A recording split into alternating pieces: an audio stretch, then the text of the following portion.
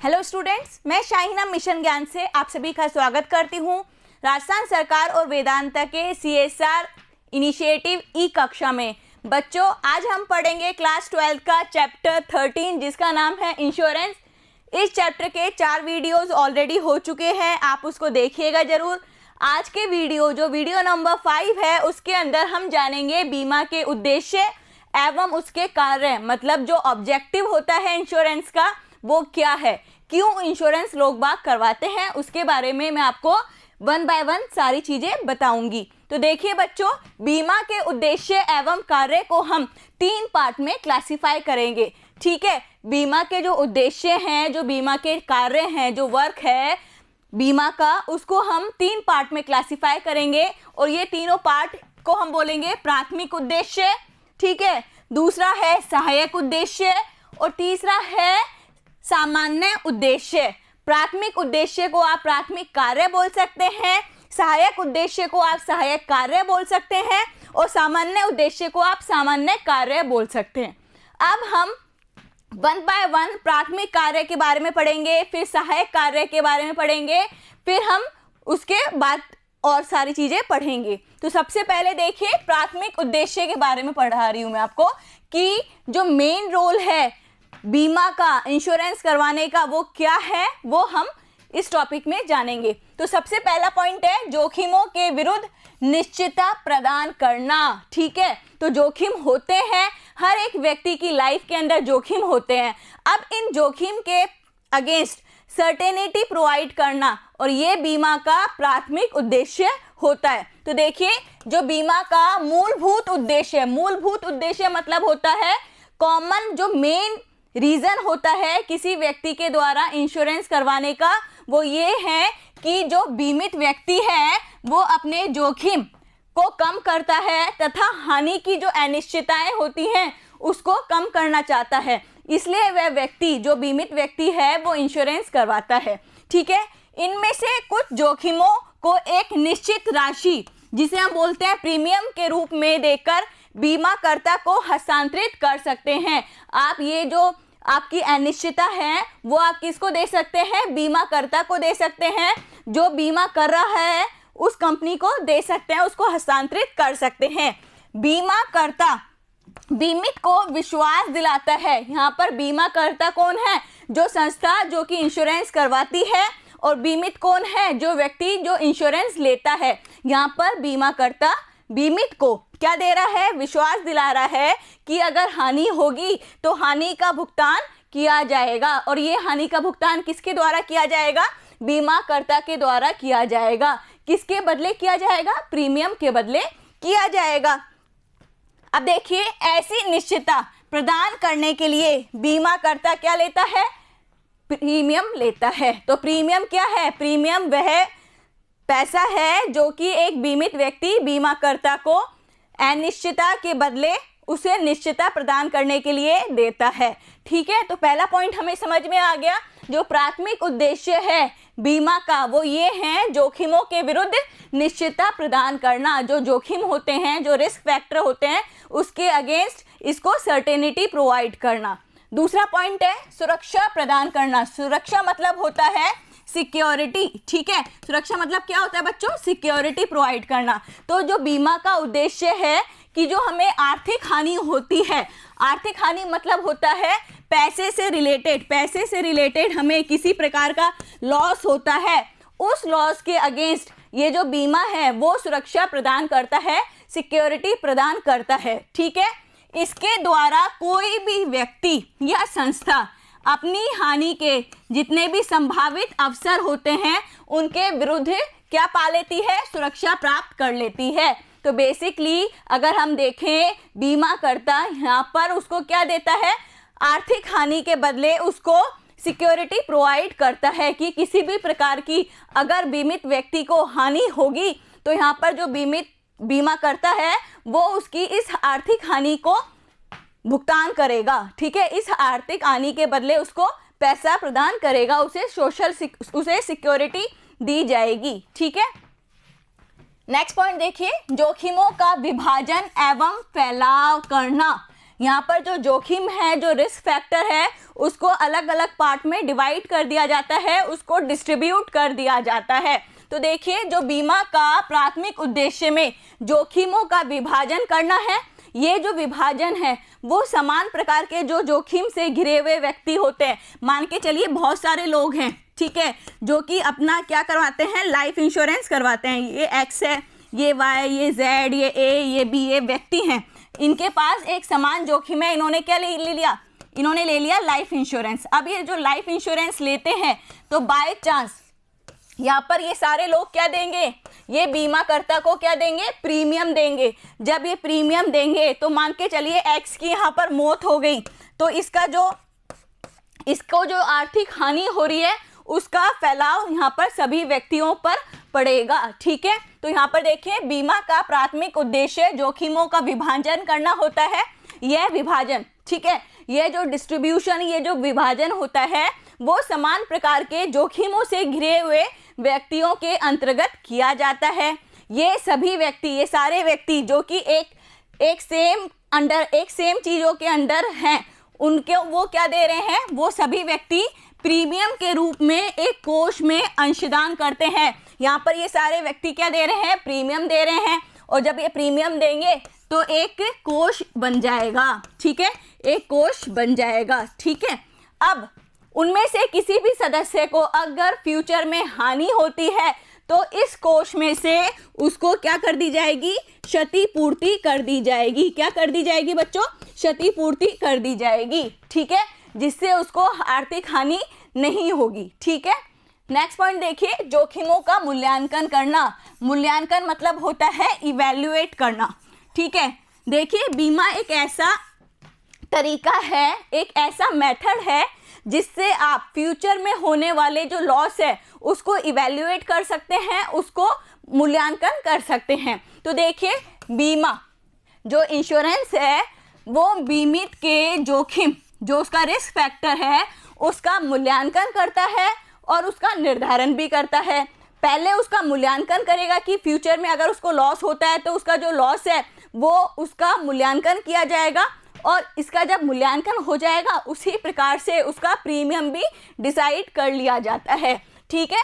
बीमाकर्ता कई घटकों पर विचार करके हानि की जो संभावना है उसको आंकता है, उसको इवैल्यूएट करता है, उसके अनुसार जो बीमित के अंशदान को निर्धारण किया जाता है। जो बीमित के द्वारा जो प्रीमियम दिया जाएगा, जो अंशदान दिया जाएगा, उसका निर्धारण किया जाता है। और ये जो निर्धारण है, जो प्रीमियम का जो निर्धारण किया जाता है वो किस बेस पर किया जाता है, जोखिम का मूल्यांकन करके। और जोखिम का मूल्यांकन कौन करता है, बीमाकर्ता करता है, ठीक है। जोखिम की मात्रा के अनुसार जितना ज़्यादा जोखिम होगा उतना ज़्यादा प्रीमियम इंक्रीज हो जाता है, ठीक है। तो जोखिम की मात्रा के अनुसार जो उसका प्रीमियम है उसकी राशि तय की जाती है, ठीक है। तो जितना ज़्यादा रिस्क फैक्टर होगा उतना ज़्यादा उस व्यक्ति का, उस बीमित व्यक्ति का जो प्रीमियम है वो बढ़ जाएगा, ठीक है बच्चों। नेक्स्ट पॉइंट देखिए, अनुसंधान करना। अनुसंधान मतलब होता है रिसर्च करना, ठीक है, किसी चीज़ को फाइंड आउट करना। यहाँ पर देखिए, बीमा का उद्देश्य, जो बीमा का ऑब्जेक्टिव है वो ये होता है कि बीमा क्षेत्र में अनुसंधान करना। अनुसंधान मतलब होता है रिसर्च करना, ताकि जो ग्राहक है उसकी आवश्यकताओं की पूर्ति हो। जब मैं बहुत छोटी हुआ करती थी तो देखा था मैंने कि लाइफ इंश्योरेंस ही एक टाइप का इंश्योरेंस होता था। उसके बाद जब मैं 22-25 साल की होने लगी तो मैंने देखा व्हीकल इंश्योरेंस आ गए हैं, एक्सीडेंटल इंश्योरेंस आ गए, तो बहुत प्रकार के, अलग अलग प्रकार के इंश्योरेंस मार्केट में आ चुके थे। तो यहाँ पर बताया जा रहा है कि जो बीमा का उद्देश्य ये है कि बीमा के क्षेत्र में जो बीमा है, जो इंश्योरेंस का जो क्षेत्र है उसकी अनुसंधान करना, उस क्षेत्र का अनुसंधान करना, ठीक है, ताकि जो ग्राहकों की परिवर्तित आवश्यकताएं हैं उनके अनुसार जो बीमा योजना को तैयार किया जाता है। जैसे जैसे ग्राहकों की आवश्यकता बढ़ेगी वैसे वैसे हमें नए नए अलग अलग प्रकार की बीमा योजनाओं को निर्धारण करना पड़ेगा, उनको नया नया बनाना पड़ेगा। जैसे आपने देखा होगा एक्सीडेंटल इंश्योरेंस, एक्सीडेंटल इंश्योरेंस पहले नहीं होता था क्योंकि एक्सीडेंट की जो प्रोबेबिलिटी थी वो पहले बहुत कम हुआ करती थी। जैसे जैसे ग्लोबलाइजेशन बढ़ा है वैसे वैसे जो एक्सीडेंट के चांसेस बहुत ज़्यादा होने लगे, उसका रिस्क फैक्टर ज़्यादा होने लगा। तो जैसे जैसे ग्राहकों की आवश्यकता बढ़ती है वैसे वैसे नई नई योजनाओं का निर्धारण किया जाता है। ठीक है, नेक्स्ट देखिए सहायक कार्य या सहायक उद्देश्य। सहायक उद्देश्य मतलब हो गया सपोर्टिंग ऑब्जेक्टिव्स। ठीक है, सहायक उद्देश्य मतलब हो गया सपोर्टिंग ऑब्जेक्टिव्स या हम कह सकते हैं इसको सपोर्टिंग वर्क। ठीक है, तो पहला पॉइंट समझिए, जो बीमा है उसका सपोर्टिंग वर्क क्या है कि हानियों के लिए सुरक्षा के लिए सतर्क करना, कि भाई फ्यूचर में ये सब हानियां हो सकती हैं, उसके बदले आपको सुरक्षा मिलनी चाहिए, तो इसके लिए सतर्क करवाया जाता है। तो बीमा एक ऐसी परियोजना है, एक ऐसी योजना है जिसके तहत व्यक्तियों को, ठीक है, हानियों से घिरे हुए व्यक्तियों को सतर्क किया जाता है। ठीक है, तो बीमा का एक उद्देश्य, एक कार्य समाज की जो हानियां हैं, समाज में जो होने वाली जो हानियां हैं उनको उनसे सुरक्षित रहने के लिए सतर्क किया जाता है, उनसे सुरक्षित रहने के लिए उपाय बताए जाते हैं। ठीक है, तो बीमा कंपनियां समय समय पर नई नई तरीकों से लोगों को अवगत कराती है जिससे भविष्य में उनको जोखिमों से छुटकारा मिले। ठीक है, जिससे भविष्य में जोखिमों से उनको रक्षा की जा सके और उनकी जो हानियां हैं उनको भी कम किया जा सकता है। तो बीमा एक ऐसा माध्यम है जिसके अंदर बीमाकर्ता या बीमा कंपनीज हैं वो अपने व्यक्तियों को, मतलब जो समाज में जो व्यक्ति हैं उनको अवगत कराती है कि फ्यूचर में आपको इस प्रकार का लॉस हो सकता है और आप इस प्रकार की जो पॉलिसी है उसको लेके आप इस हानि से बच सकते हैं। तो यहाँ पर पहला पॉइंट हमें समझ में आ गया, हानियों से सुरक्षा के लिए सतर्क करना पहला पॉइंट है सहायक कार्य का। नेक्स्ट पॉइंट देखिए, वित्तीय सहायक उपलब्ध करना। देखिए वित्तीय मतलब होता है फाइनेंशियल, पैसे से रिलेटेड। बीमा संगठन, उद्योग, व्यापार, व्यवसाय आदि समस्त क्रियाएं तथा आधारभूत उद्योगों के विस्तार हेतु व्यक्तियों, संस्थानों तथा सरकार को वित्तीय कोष उपलब्ध कराते हैं। यहाँ पर कहा जा रहा है जो ये बीमा कंपनी है ये अलग अलग लोगों से, बीमित व्यक्तियों से क्या लेती है, प्रीमियम लेती है और एक कोष का निर्माण करती है। फिर ये जो कोष है, ये जो पैसा है जो कि कोष में जमा हो चुका है, इस कोष को अलग अलग कंपनियों को देती है इन्वेस्टमेंट करने के लिए। तो देखिए उद्योग, व्यापार, व्यवसाय आदि समस्त आधारित जो आर्थिक क्रियाएं हैं या आधारभूत उद्योगों को विस्तार हेतु ये क्या करती है, वित्तीय साधन प्रोवाइड करती है, उनको उपलब्ध कराती है।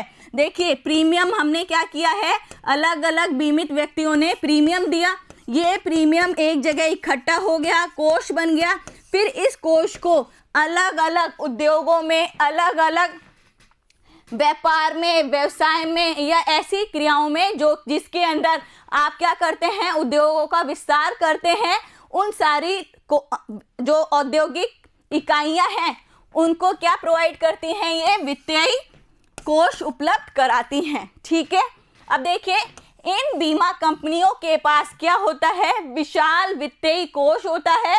इस विशाल वित्तीय कोष के सहारे वो क्या कर सकती हैं कि ये जो कोष है इसके माध्यम से वो बड़ी बड़ी कंपनियों को पैसा दे सकती हैं और ये पैसा हमारे देश के उत्पादक कार्यों हेतु यूज किया जा सकता है, जिससे हमारा जो देश है उसका आर्थिक विकास संभव हो सकता है या संभव हो पाता है। ठीक है बच्चों, नेक्स्ट पॉइंट देखिए, बृहद स्तरीय उपक्रमों के विकास में योगदान देना। ठीक है, समझिए इसका मतलब, बृहद मतलब होता है बड़ा या लार्ज। ठीक है, यहाँ पर कहा जा रहा है बीमा बृहद स्तरीय उपक्रमों एवं उद्योगों के विकास में सहायक होती है। कैसे सहायक होगी, देखिए जैसे जितने बड़े बड़े इंस्टीट्यूट होंगे, जितने बड़े बड़ी ऑर्गेनाइजेशन होंगी या फैक्ट्रीज होंगी या उद्योग होंगे, उनमें जोखिम की मात्रा अधिक होगी, ठीक है, इनमें जोखिम की मात्रा क्या होगी, अधिक होगी।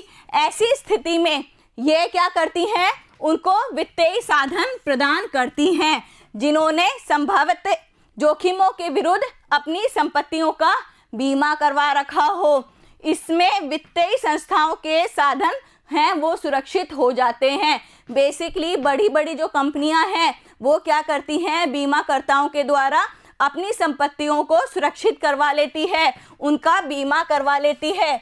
ठीक है, अगर फ्यूचर में उनको किसी प्रकार का लॉस होता है तो ऐसी स्थिति में जो बीमा करता है वो इन उद्योगों को वित्तीय साधन प्रदान करते हैं और विकास में योगदान संभव हो पाता है। नेक्स्ट पॉइंट देखिए, कार्य क्षमता में वृद्धि। देखो बच्चों, मैं आपको एक चीज बताती हूँ, अगर आपकी लाइफ के अंदर रिस्क फैक्टर क्या होगा, रिड्यूस होगा। जितना कम रिस्क फैक्टर होगा उतना ज़्यादा आप वर्क को अच्छे तरीके से कर पाएंगे। है कि नहीं, है कि नहीं, बताइए बच्चों। मैंने बोला कि एक व्यक्ति की ज़िंदगी के अंदर जितना कम रिस्क फैक्टर होगा उसका जो वर्क एफिशिएंसी है उतनी ज़्यादा अच्छी हो जाएगी। तो बीमा के माध्यम से जो रिस्क फैक्टर है उसको रिड्यूस किया जाता है, जिससे व्यक्ति की जो वर्क एफिशिएंसी है या कार्य क्षमता में वृद्धि संभव हो पाती है। तो देखिए, बीमा वह शस्त्र है, वह डिवाइस है, वह चीज़ है जिसके माध्यम से जो मनुष्य है अपनी हानि या दुख की संभावना को कम कर सकता है, अपने रिस्क फैक्टर को रिड्यूस कर सकता है और जिससे उसकी जो कार्य क्षमता है उसमें इजाफा होता है, उसकी कार्य क्षमता बढ़ जाती है। नेक्स्ट पॉइंट देखिए, सामान्य उद्देश्य एवं कार्य। जो कॉमन उद्देश्य होते हैं, कॉमन ऑब्जेक्टिव होते हैं या कार्य होते हैं बीमा के, उनके बारे में हम समझेंगे। पहला है निर्यातों को प्रोत्साहन देना। निर्यात मतलब क्या होता है बच्चों, एक्सपोर्ट।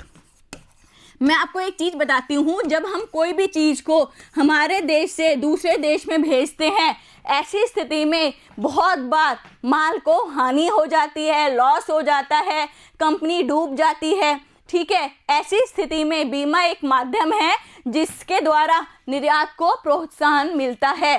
ठीक है, तो देखिए, बीमाकर्ता के द्वारा आप क्या करवा सकते हैं, समुद्री बीमा करवा सकते हैं। जब आप किसी सामान को एक्सपोर्ट कर रहे हैं तो आपको या तो एयर से भेजना पड़ेगा वो सामान किसी दूसरे देश में, या किसके माध्यम से भेजना पड़ेगा, समुद्र के माध्यम से, जल माध्यम से आपको भेजना पड़ेगा। तो बहुत बार क्या होता है, जो शिप हैं या आपकी जहाज है वो डूब जाते हैं पानी में या उसको लुटेरे लूट लेते हैं। ऐसी स्थिति में जो बीमा है, कौन सा बीमा बात कर रहे हैं हम, मराइन इंश्योरेंस या समुद्री बीमा के माध्यम से आप क्या कर सकते हैं, समुद्र में होने वाले जो जोखिम है उनसे होने वाली जो हानि है उसकी क्षतिपूर्ति संभव की जा सकती है। ठीक है, तो अगर बाय चांस आपके सामान को किसी प्रकार का जोखिम होता है तो आप समुद्री बीमा के माध्यम से उसकी क्षतिपूर्ति की जा सकती है। अब जिससे क्या होगा, मैंने आपको बताया, जब आपका रिस्क फैक्टर क्या होगा, कम होगा, तो आप बेहतर तरीके से, यहाँ पर क्या हुआ, रिस्क फैक्टर कम हुआ। रिस्क फैक्टर कैसे कम हुआ बच्चों, समुद्री बीमा करवा के कोई भी निर्यातक अपने सामान को एक्सपोर्ट कर सकता है। ठीक है, जब उसका रिस्क फैक्टर रिड्यूस हो जाएगा तो वो क्या कर पाएगा, बेहतर तरीके से किसी सामान को एक्सपोर्ट कर पाएगा, निर्यात कर पाएगा, जिससे जो निर्यात व्यापार है उसमें बढ़ोतरी संभव है। ठीक है बच्चों, नेक्स्ट पॉइंट देखिए, बचत का साधन, सेविंग इंस्ट्रूमेंट है ये। क्या है बच्चों, ये सेविंग इंस्ट्रूमेंट। ठीक है, अब बहुत सारे माध्यम होते हैं, जैसे मैंने आपको बताया था कि अकाउंट्स होते हैं, बहुत सारे अकाउंट होते हैं, आप बैंक में अकाउंट खुलवाते हैं, आप उसमें पैसा जमा करवा सकते हैं।